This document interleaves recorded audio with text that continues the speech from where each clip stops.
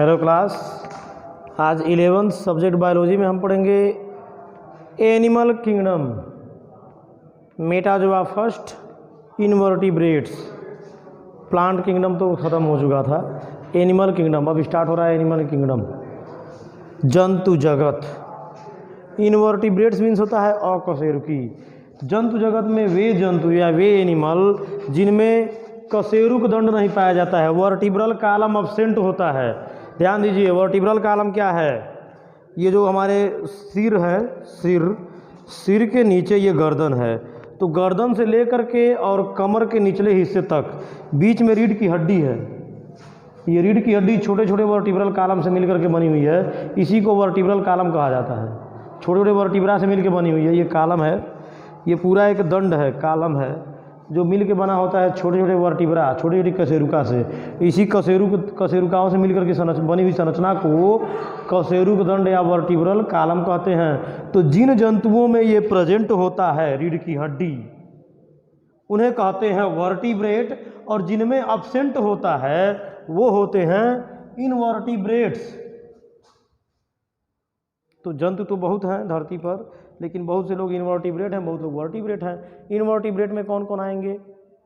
केंचुआ, केंचुए में नहीं है वर्टिब्रल कॉलम, केंचुए में कहीं से आपको हड्डी उड्डी नहीं दिखेगा, ना रीढ़ की हड्डी उड्डी मिलेगी, तो वो है इनवर्टिब्रेट। जितने कीड़े हैं, टिड्डा है, तितली है, भौरे हैं, मधुमक्खियाँ हैं, केकड़े हैं, इन सब ये सब क्या हैं? इनवर्टिब्रेट्स हैं।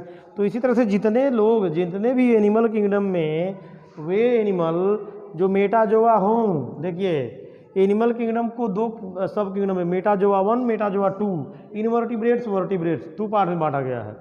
तो मेटाजोआ 1 में हम पढ़ते हैं इनवर्टिब्रेट्स, और इसके बाद जब वर्टिब्रेट पढ़ेंगे तो वो हो जाएगा मेटाजोआ सेकेंड।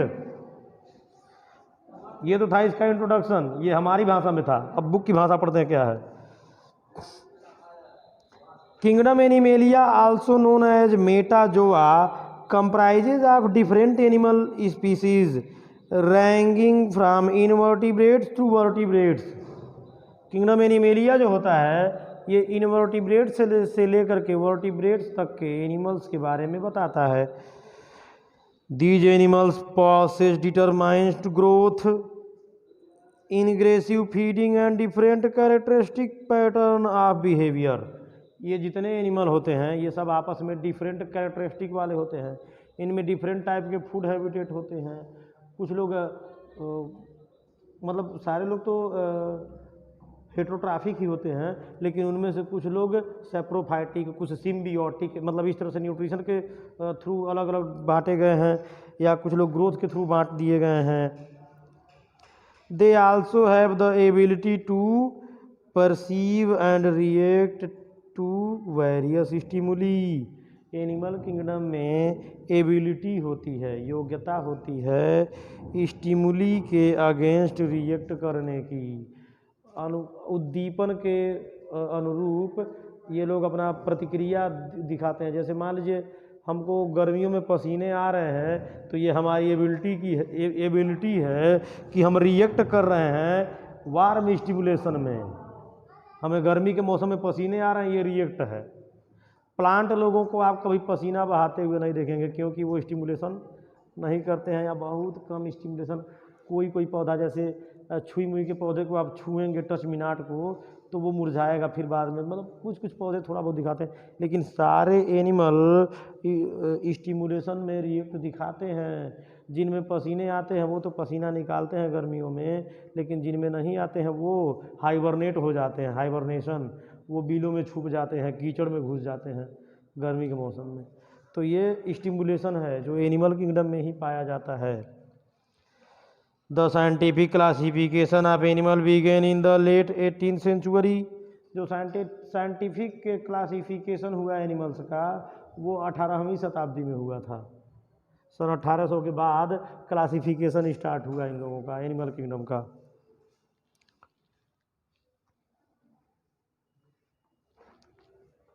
जनरल कैरेक्टर पढ़ते हैं हम लोग। General character of kingdom animalia. Kingdom animalia के कुछ जनरल कैरेक्टर जानते हैं, कुछ सामान्य लक्षण। क्या क्या लक्षण होते हैं इनमें? Animal kingdom has a high degree of variation.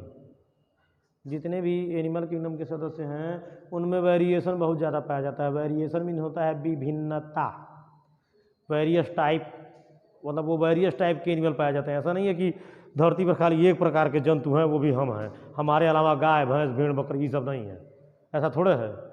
बहुत से एनिमल होते हैं, हम भी एनिमल हैं।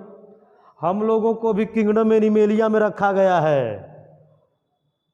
आप लोग ये मत सोचिएगा कि हम लोग मनुष्य हैं तो हम लोग एनिमल नहीं हैं, क्योंकि हमारा किंगडम एनिमल है तो हम भी एनिमल किंगडम में हैं। लेकिन सारे एनिमल में हम सबसे ज़्यादा डेवलप एनिमल हैं, तो हम लोग इतने भी डेवलप नहीं हैं कि हम लोग एनिमल नहीं हैं, हम लोग भी एनिमल ही हैं।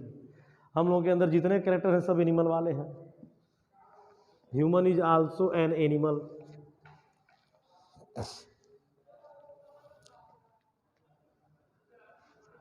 Some several feature which distinguish animal from the members of other kingdom are follows।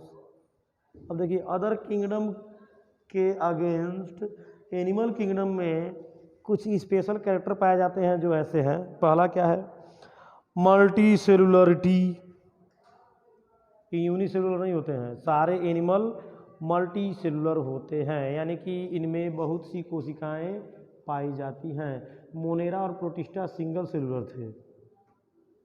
Kingdom Monera और किंगडम प्रोटिस्टा वाले सिंगल सेल वाले थे, तो वो लोग यूनिसेलुलर थे। लेकिन प्लांटी किंगडम, एनिमेलिया किंगडम और फंगी किंगडम ये मल्टी सेलुलर है। तो उसी तरह से एनिमेलिया किंगडम मल्टी सेलुलर है without possessing chlorophyll. Animal kingdom में क्लोरोफिल नहीं होता है। ये अब क्लोरोफिल होता तो सारे एनिमल हरे रंग के होते। प्लांट में क्लोरोफिल होता है तभी प्लांट हरे होते हैं। एनिमल में भी अगर क्लोरोफिल होता तब एनिमल क्या होते? ग्रीन कलर के होते। लेकिन एनिमल तो हरे रंग के होते नहीं हैं। क्यों नहीं होते हैं? क्योंकि उनमें क्लोरोफिल अब्सेंट होता है। Presence of eukaryotic cell. जितने भी एनिमल किंगडम के सदस्य हैं, मेंबर हैं, इनमें यूकैरियोटिक सेल पाया जाता है। Eukaryotic means developed cell. जो मेम्ब्रेनस पार्ट वाला सेल होता है वो यूकैरियोटिक सेल है। मैंने सेल के बारे में बताया था कि जो प्रोकैरियोटिक सेल होता है वो किंगडम मोनेरा का होता है। मोनेरा किंगडम प्रोकैरियोटिक सेल था और उसमें मेम्ब्रेनस पार्ट नहीं पाए जाते थे।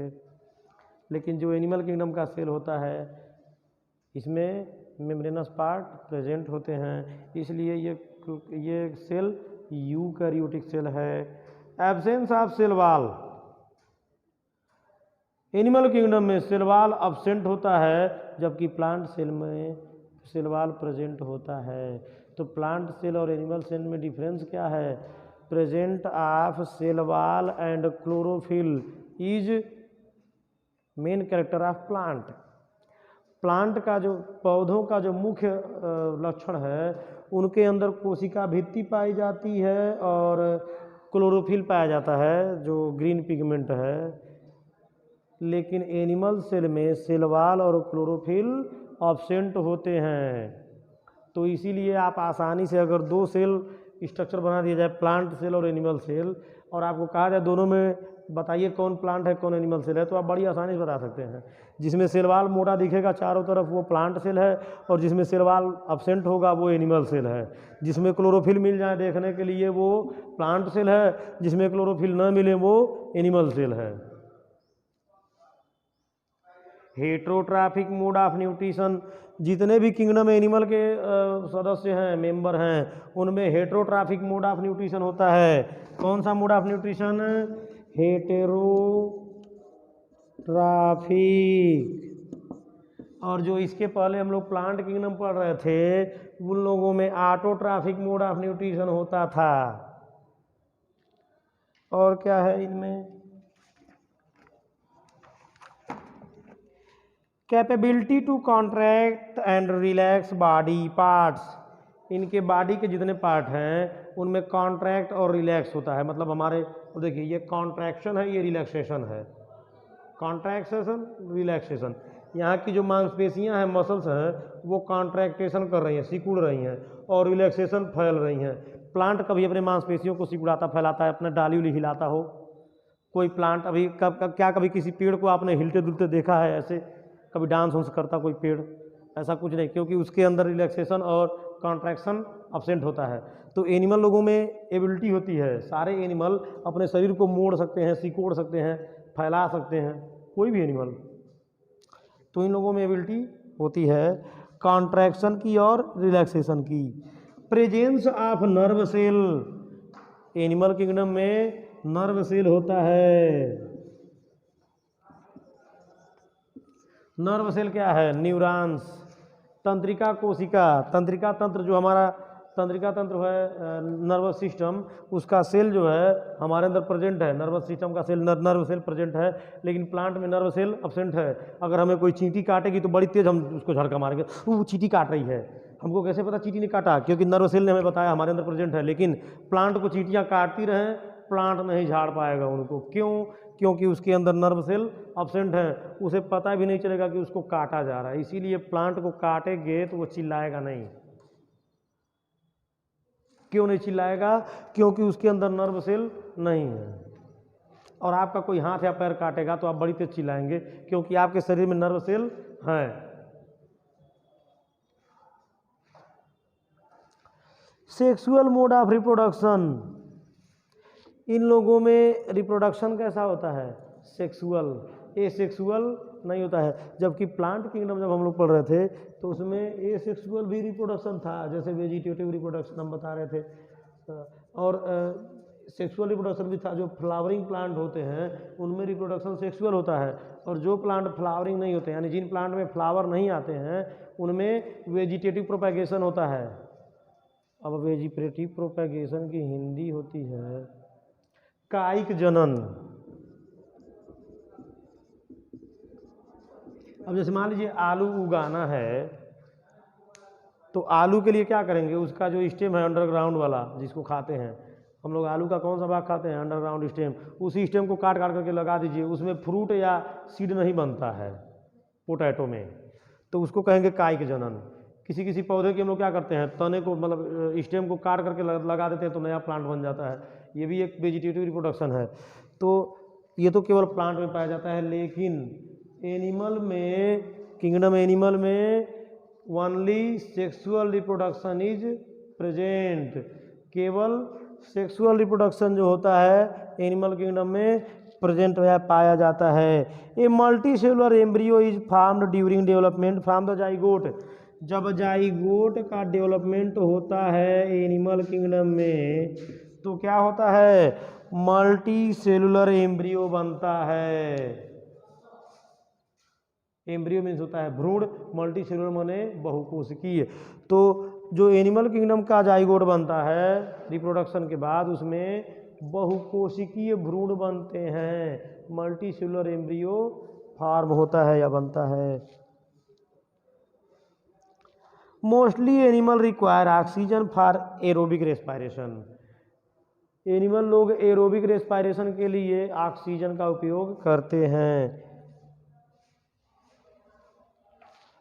अब ये तो था हमारा कुछ जनरल कैरेक्टर एनिमल किंगडम का।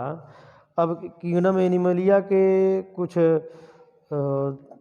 क्लासिफिकेशन है, उसके अलग अलग क्लासेज हैं, इसको हम अगले क्लास में पढ़ेंगे। आज केवल हम कैरेक्टर पर ही स्टॉप करते हैं क्लास को। Thank you very much. अगली चीज़ें अगले क्लास में पढ़ेंगे।